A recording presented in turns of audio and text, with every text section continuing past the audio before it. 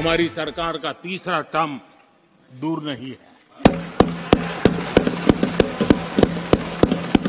যতটুকু আমাদের কাছে খবর, মার্চের প্রথম সপ্তাহের মধ্যেই লোকসভা ভোটের দিনক্ষণ হয়তো প্রায় স্থির হয়ে যাবে। তাই গোটা দেশে এখন বিভিন্ন রাজনৈতিক দল ভোটের প্রস্তুতি নিচ্ছে, সেটা আপনারা দেখেছেন আগে। দেশের সমস্ত বিরোধী দল, 28-30টা বিরোধী দল আইএনডিআই এ জোট করেছে, তারা বৈঠক করছে। যদিও সেই জোটে এখন এত ভাঙন দেখা দিয়েছে, সেটা আমি আপনাদের পরের প্রতিবেদনে নিশ্চয়ই বলবো। কিন্তু প্রধানমন্ত্রী নরেন্দ্র মোদী এখন আর ভোট বা অন্যান্য দলকে নিয়ে যতটা না আলোচনা করছেন, তার চেয়ে বেশি আলোচনা করছেন মোদী পার্ট 3 নিয়ে, যেটাকে তিনি বলছেন মোদী 3.0, অর্থাৎ মোদী 3.0, মোদীর তৃতীয় পর্যায়, পার্ট 3। এবং আজকে রাজ্যসভায় দাঁড়িয়ে প্রধানমন্ত্রী নরেন্দ্র মোদী বলেই দিলেন তিনি পরের 5 বছরে ঠিক কি করবেন, মোদীর গ্যারান্টি। শুনবেন? নিশ্চয়ই শোনাবো, দেখাবো আপনাদের। এই গুরুত্বপূর্ণ প্রতিবেদন শেষ অবধি দেখুন। আমি মানব, দা নিউজ বাংলায় আপনাদের স্বাগত জানাচ্ছি।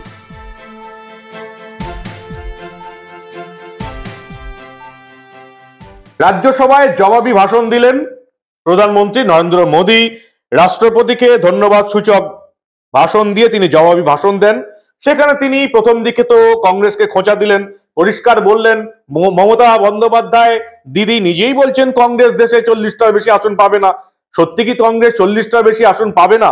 এরপরে তিনি ঘোষণা করে দিলেন যে মোদী 3.0 অর্থাৎ মোদী 3.0 সূচনা হতে চলেছে এবছরের লোকসভা ভোটের রেজাল্ট বেরোনোর পরদিন থেকে। ঠিক কি বললেন নরেন্দ্র মোদী, ছোট্ট করে আরো একবার শুনে নিন। हमारी सरकार का तीसरा टर्म दूर नहीं है।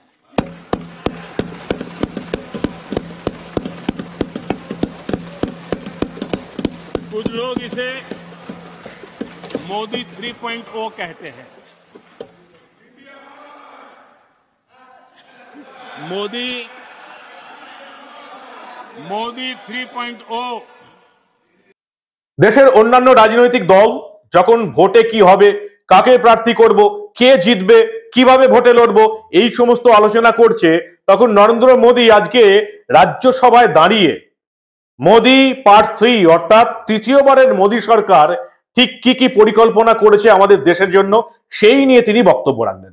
এবং সেখানে আমরা দেখলাম তিনি মোদীর গ্যারান্টি দিলেন, মোদী 3.0 মানে 3.0 আলোচনা করলেন এবং একাধিক পরিকল্পনা, সেখানে চিকিৎসক থেকে শুরু করে চিকিৎসা ব্যবস্থা আর চাষের ব্যবস্থা, কিভাবে ডিজিটাল ইন্ডিয়া আরো পাকাপোক্ত হবে, এই সমস্ত আলোচনা করলেন। কি বললেন নরেন্দ্র মোদী আজকে, ঠিক আপনারাও একবার শুনে নিন। मेरी गारंटी है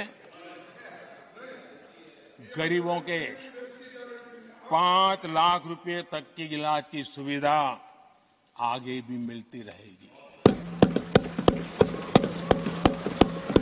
मेरी गारंटी है, मोदी की गारंटी है, 80% डिस्काउंट से जो दवाइयां मिल रही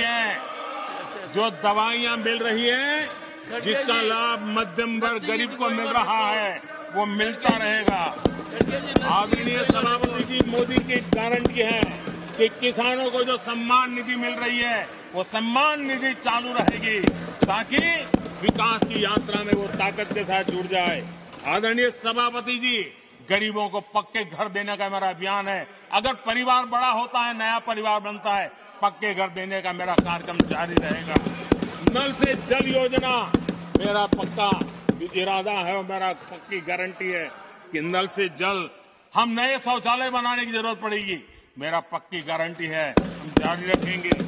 ये काम सारे तेजी से चलेंगे क्योंकि विकास का जो रास्ता, विकास की जो दिशा हमने पकड़ी है, इसको हम किसी भी हालत में जरा भी धीमी नहीं होने देना चाहते। आदरणीय सभापति जी, हमारी सरकार का तीसरा टर्म दूर नहीं है।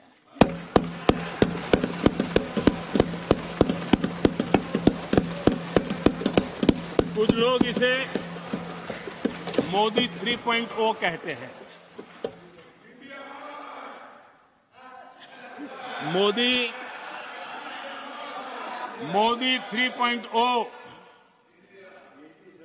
विकसित भारत की नींव को मजबूत करने के लिए पूरी शक्ति लगा देंगे।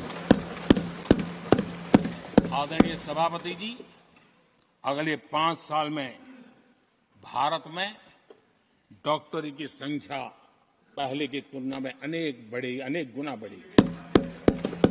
मेडिकल कॉलेजों की संख्या बढ़ेगी। इस देश में इलाज बहुत सस्ता और सुलभ हो जाएगा। आदरणीय सभापति जी, अगले 5 साल में हर गरीब के घर में नल से जल का कनेक्शन होगा। आदरणीय सभापति जी, आने वाले 5 साल में उन गरीब को पीएम आवास जो देने हैं, एक भी वंचित नहीं रहे, इसका पक्का ख्याल रखा जाएगा। अगले 5 साल सोलर पावर से बिजली बिल जीरो। बिजली बिल जीरो। देश के कितने नागरिकों, करोड़ों नागरिकों को बिजली बिल जीरो। और ठीक अगर आयोजन करेंगे तो अपने घर पर बिजली बना करके बेच करके कमाई कर पाएंगे। ये अगले 5 साल का कार्यक्रम है। বুলেট ট্রেন থেকে শুরু করে ড্রোনে চাষাবাদ, এগ্রিকালচার, কিভাবে প্রযুক্তিকে কাজে লাগিয়ে কৃষি ব্যবস্থাকে বাড়াতে হবে, প্রযুক্তিকে কাজে লাগিয়ে শিল্প ব্যবস্থার উন্নতি করতে হবে, সেটাও পরবর্তী 5 বছরে আরো বড় আকারে নিয়ে আসবে মোদী সরকার, এমনটাই ঘোষণা করলেন তিনি আজকে রাজ্যসভাতে। শুনুন আরো একবার নরেন্দ্র মোদী নিজের পরিকল্পনা মোদী পার্ট 3 কি ঘোষণা করলেন আজকে। सभापति जी, आने वाले 5 साल हमारी युवा शक्ति का दम पूरी दुनिया देखेगी। आप देखना आदरणीय सभापति जी, हमारे युवा स्टार्टअप्स, युवाओं के यूनिकॉर्न, इसकी संख्या लाखों में होने वाली है। और इतना ही नहीं, टियर 2, टियर 3 सिटी नए नए स्टार्टअप से उसकी एक नई पहचान के साथ उभरने वाला है। ये मैं 5 साल का चित्र मेरे सामने देख रहा हूं। आदरणीय सभापति जी, रिसर्च फंडिंग, उसकी वृद्धि का प्रभाव आप देखना। पिछले 7 दशक में जितने पेटेंट नहीं हुए हैं, उतने रिकॉर्ड पेटेंट फाइल होने का दिन आने वाले 5 साल में मैं देख रहा हूं। आदरणीय सभापति जी, आज मेरे मध्यम वर्ग के लाखों बच्चे विदेशों में पढ़ने के लिए चले जाते हैं। मैं वो स्थिति लाना चाहता हूं कि मेरे बच्चों के लाखों रुपए बच जाएं, मेरे देश के मध्यम वर्ग के सपने पूरे हो, बेस्ट यूनिवर्सिटी मेरे देश में हो, उच्चतम शिक्षा उनको मेरे देश में मिले और मेरे बच्चों का, उनके परिवार का पैसा बचे। इसलिए मैं कह रहा, आदरणीय सभापति जी, आने वाले 5 साल आप देख रहा, कोई भी इंटरनेशनल खेल की कंपटीशन ऐसी नहीं होगी जिसमें भारत का झंडे हर जगह पर न फहरे। मैं देखने वाला हूं 5 साल खेल जगत के अंदर दुनिया में भारत के युवा की शक्ति की पहचान देने। आदरणीय सभापति जी, आने वाले 5 साल में भारत का पब्लिक ट्रांसपोर्ट पूरी तरह ट्रांसफॉर्म होने वाला है।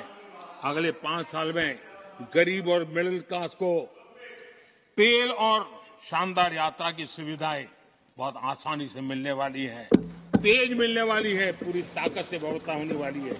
अगले 5 साल में देश बुलेट ट्रेन भी देखेगा और देश वंदे भारत ट्रेन का विस्तार भी देखेगा। आदरणीय सभापति जी, अगले 5 साल में आत्मनिर्भर भारत का अभियान नई ऊंचाई पर होगा। देश हर क्षेत्र में आत्मनिर्भर होता नजर आएगा। आदरणीय सभापति जी, आने वाले 5 साल में मेड इन इंडिया सेमीकंडक्टर दुनिया में हमारी गूंज होगी। इलेक्ट्रॉनिक हर गुड्स में वो चीप होगी जिसमें किसी न किसी भारतीय का पसीना होगा।